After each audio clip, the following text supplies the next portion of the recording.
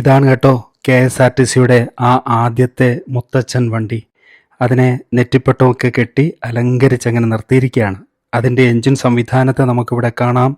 അതേപോലെ അതിൻ്റെ piston movements, gear changing systems, അതുപോലെ ഗിയർ ബോക്സ്, ഇതിനെയൊക്കെ നേരിട്ട് കാണാനും മനസ്സിലാക്കാനും കഴിയുന്ന ഒരു എക്സ്പോ കനകക്കുന്നിൽ നടക്കുകയാണ് കേട്ടോ.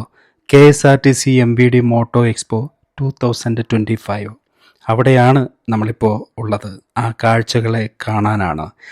KSRTC എന്ന് പറയുന്ന നമ്മുടെ പൊതുഗതാഗത സംവിധാനത്തിൻ്റെ തുടക്കം മുതൽ ഇന്നു വരെയുള്ള വളർച്ചയെക്കുറിച്ചും അതിൻ്റെ വികാസത്തെക്കുറിച്ചും അതിൻ്റെ പരിണാമങ്ങളെക്കുറിച്ചുമൊക്കെ നമുക്ക് പറഞ്ഞു തരുന്ന ഏരിയയുണ്ട്. ഇവിടെ വന്നു കഴിഞ്ഞാൽ ഇവർ നമുക്ക് നന്നായി ഇതിൻ്റെ എൻജിൻ എങ്ങനെയാണ് പ്രവർത്തിക്കുന്നത് എന്ന് വിവരിച്ചു തരും.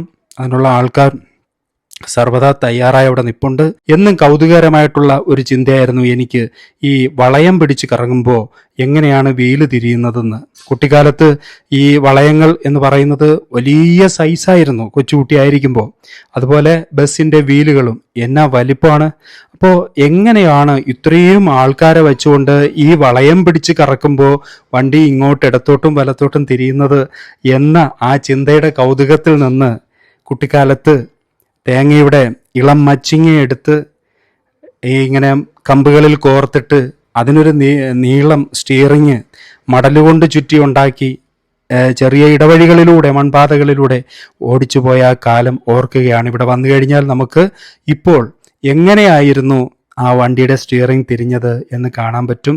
നമുക്ക് വിജ്ഞാനം നൽകുന്ന, നമ്മുടെ കൗതുകത്തെ ഉണർത്തുന്ന, അല്ലെങ്കിൽ നമ്മുടെ ഒരു കാലത്തെ കുട്ടിക്കാലത്തെ കൗതുകത്തിൻ്റെ ആ സമസ്യകളെ ഇന്ന് പൂരിപ്പിക്കാൻ, അതിനൊരു പരിഹാരം എന്നോണം നമുക്ക് വിവരിച്ചു തരുന്ന അതിൻ്റെ ടെക്നിക്കൽ റെപ്രസെൻറ്റേറ്റീവ്സ് അവിടെ നിൽപ്പുണ്ട്. എല്ലാവർക്കും, മുതിർന്നവർക്കും കുട്ടികൾക്കും ഒരുപോലെ ഇഷ്ടപ്പെടുന്നതാണ് കേട്ടോ ഈ എക്സ്പോ. ഇവിടെ വന്ന് കണ്ടാൽ കനകക്കുന്നിൻ്റെ ആ പരിസരമാകെ ഒരു ഉത്സവ ലഹരിയാണ്. ഞാൻ നേരത്തെ പറഞ്ഞതുപോലെ ഓഗസ്റ്റ് 22 മുതൽ 24 വരെ മാത്രമാണ് ഇതുള്ളത്. കാരണം ഓണാഘോഷത്തിൻ്റെ സമയമായി. ഓണാഘോഷം ഒരു ആഴ്ചത്തെ ആഘോഷ പരിപാടികളാണ്.